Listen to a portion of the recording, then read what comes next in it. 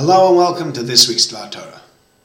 In this week's Bechukosai, we read about blessings and curses that might befall the Jewish people for keeping or failing to keep the mitzvahs. This week, I had an interesting incident that brought out to me one of the greatest blessings in life that I'd like to share with you in this Dvar Torah as well. My father-in-law fell last Sunday and he broke one of his bones and needed to go to hospital for an operation. And as we were in hospital sitting with him and trying to make him comfortable, my uncle came, sat down next to him, and started singing with him. Now, even though my father-in-law has dementia and things aren't so easy for him, nevertheless, in that situation, suddenly he started singing along with my uncle and smiling and enjoying that song in a very, very real and lively way. And it made me think about one very, very special and specific thing that we have in our lives. That's a great blessing, and that we have a choice whether to use or not to use. And that is our attitude. Some people have a positive attitude, and some people have a negative attitude.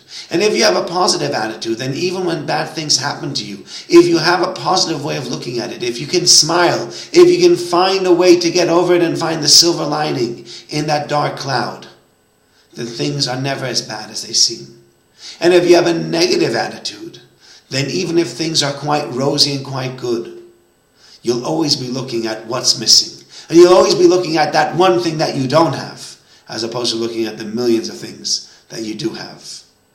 So if we want to talk about blessings and we want to talk about curses and realize and count our blessings and minimize the amount of curses that we have, the first, foremost, and easiest way for all of us to be able to do that is by changing our attitude, by feeling ourselves blessed every day for all the good that we have in our life. And we all have good in our life.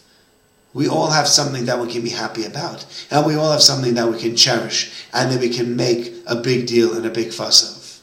And if we understand that we need to look at the positives in our life and focus on those positives in our life, making them the thrust and the focus of our entire attitude and our entire Weltanschauung. If we do that, then we will realize we truly are blessed no matter what happens to us. Have a very good and a very blessed Shabbos.